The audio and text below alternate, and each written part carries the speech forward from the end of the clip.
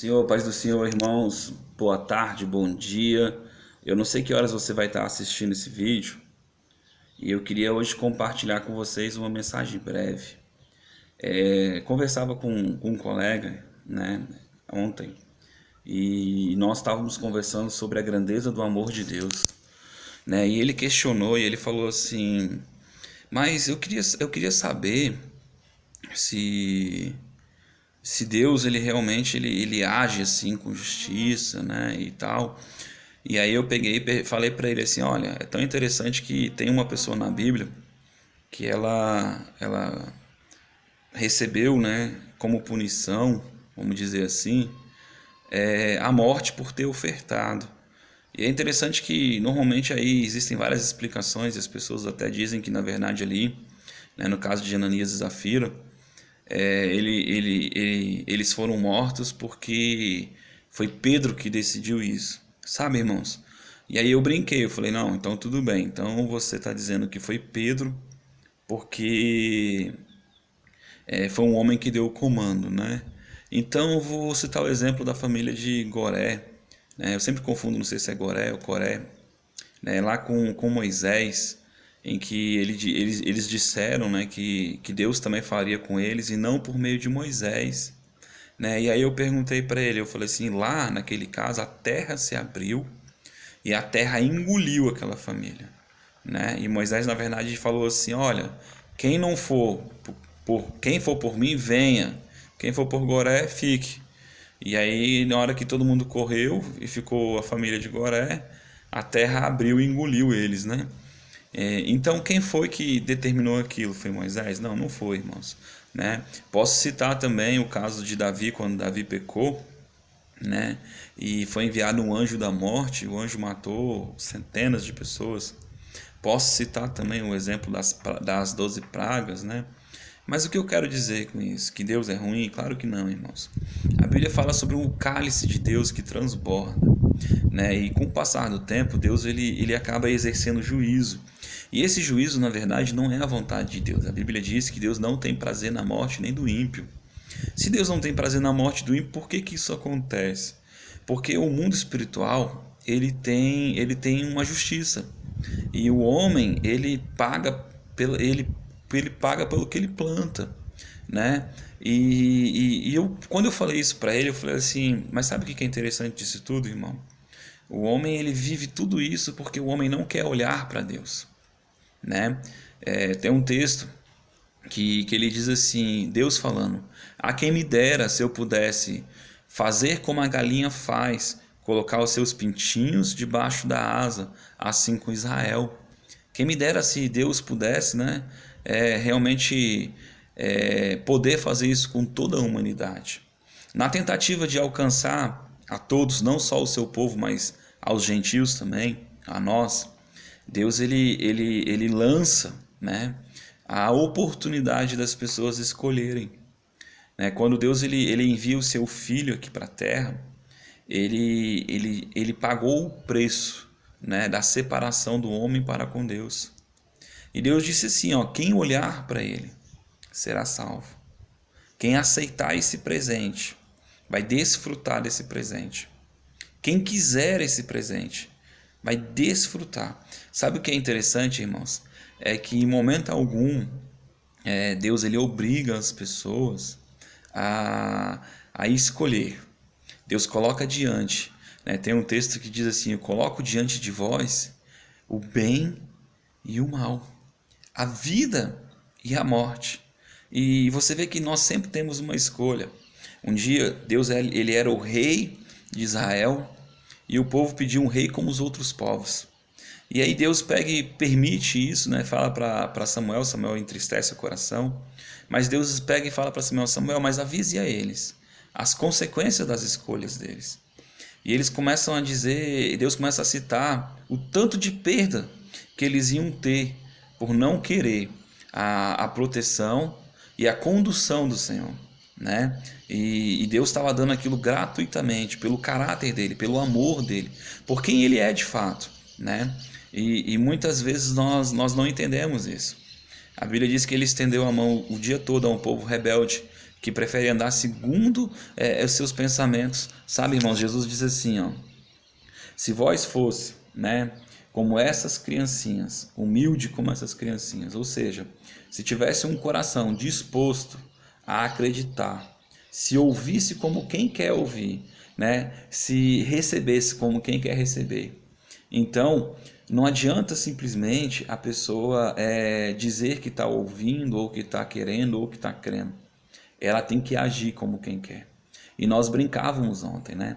E eu disse assim para ele: aquele que se achega a Deus tem que crer que ele é galardoador daqueles que buscam, né? Então, quando eu me achego a Deus, eu tenho que crer que ele é fiel para cumprir aquilo que ele tem dito. E ele tem dito: eu cuido de vós. Sabe o que é interessante? Satanás, quando lá no livro de Jó, quando ele vai questionar a respeito da vida de Jó, ele diz assim: é de balde que Jó te serve? Tu não tem colocado um muro em volta dele? Aleluia. Muitas vezes nós podemos até não ver, mas nós somos protegidos. Sabe por quê, irmãos? Porque o Senhor tem colocado uma muralha em volta de nós. Né? Eu não sei se essa muralha ela é exatamente por causa de anjos, né, que vêm a serviço daqueles que hão de herdar a salvação. Não sei, irmãos. Eu só sei de uma coisa: se Ele disse que ia nos proteger, Ele vai nos proteger. Se Ele disse que ia nos ajudar, Ele vai nos ajudar. Se Ele disse que Ele ia nos conduzir, Ele vai nos conduzir. Se Ele disse que ia nos trazer provisão, Ele vai trazer provisão. Então, irmão, nunca duvide que o Senhor, Ele é Deus bem presente, Ele é Deus bem de perto. Sabe, outro texto que eu gosto muito é que o meu Redentor vive. E o meu Redentor, Ele está vivo e Ele é real. Sabe, o guarda de Israel, Ele não dorme, Ele não vacila. Então eu quero dizer, não se preocupe. Se você de fato olhar para Ele, né? Ainda que nós tenhamos dois caminhos, duas escolhas, sempre vamos ter duas escolhas. Ou acreditar no que Deus está falando, ou não acreditar. E a Bíblia diz que o caminho, né, é estreito. Né? Por quê? Porque quando eu escolho seguir o meu caminho, e como indivíduo, eu posso fazer o que eu quero. Quando o outro indivíduo escolhe o caminho dele, ele pode fazer o que ele quer. Mas quando você escolhe o caminho de Deus, é apenas um indivíduo que vale a pena. E é o Deus da glória, é o Senhor da glória. Né? Então, quando o Senhor, que sabe de todas as coisas, que conhece o coração, que conhece o destino, que conhece os perigos, que conhece até a proteção que nós precisamos, né? Ele nos direciona, nos guia e nos conduz, nós nos daremos bem, porque se nós soubéssemos os planos que Ele tem para nós, planos de paz, planos de bênção, né? Nós de fato confiaríamos nele. Então, irmãos, não tenha medo de confiar no Senhor, sabe? Não faça como muitos homens na história, eles endureceram o coração, né? E preferiram olhar para Deus da sua maneira, sabe? Jesus veio pregar a Israel, e a Bíblia diz que aqueles homens, né, homens que eram fariseus, homens que conheciam a lei, homens que eram escribas, escritores da lei, que conheciam as promessas de Deus, tiveram ciúmes, não quiseram perder os seus cargos, não quiseram perder a sua vida, tudo para não reconhecer que Jesus era o Messias.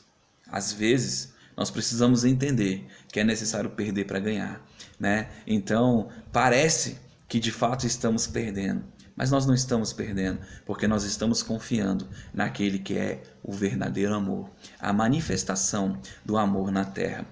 Lembre-se, Ele quer cuidar de você e Ele sabe o que é melhor para nós. Confie nesse Deus.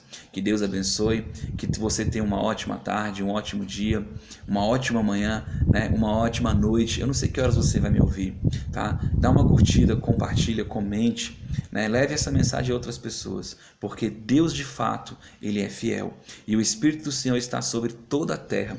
Eu amo o texto lá de João que diz que Ele não nos deixaria órfãos. Jesus não nos deixou órfãos. Ninguém mais vai ficar sozinho nessa terra. Basta simplesmente você olhar para Ele, né? Eu comentava com ele e eu disse assim, sabe o que acontece?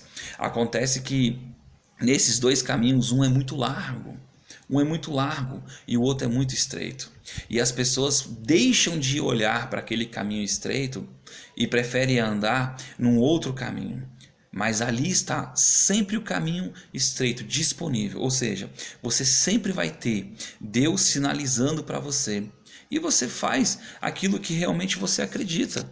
Se você andar em dureza de coração, em orgulho, você jamais vai conseguir olhar para o Senhor. Sabe, a Bíblia diz que ele pega a sabedoria do sábio e confunde ele, mas ele revela aos pequeninos e ele abate o soberbo. A soberba é você achar que você sabe aquilo que você não sabe. Muitas vezes nós precisamos refletir sobre de fato a realidade das coisas. Eu amo alguns pensadores, sabe? E um dia eu ouvi um grande pensador que foi recusado pela humanidade, e ele, um grande cientista, e ele disse assim: como não acreditar em Deus? Todo mundo achava que aquele cara, pelo seu estereótipo, pela sua fisionomia meio de doido, meio maluco, né, que era o Enéas, que ele era um ateu. E ele disse assim: como não acreditar que existe um Deus? O mundo, a ciência, as coisas são muito perfeitas. Tem que ter um Criador. Alguém fez isso. É impossível alguém não ter feito tamanha perfeição. Então, se um homem tão inteligente conseguiu chegar a essa definição, não seja louco, não seja insensato, porque hoje mesmo ele pode pedir a tua alma. Talvez Jesus não venha para todos hoje, mas pode vir para você. Afinal de contas, para morrer basta estar vivo. Tenha um ótimo dia, fica na paz. Deus abençoe, irmãos.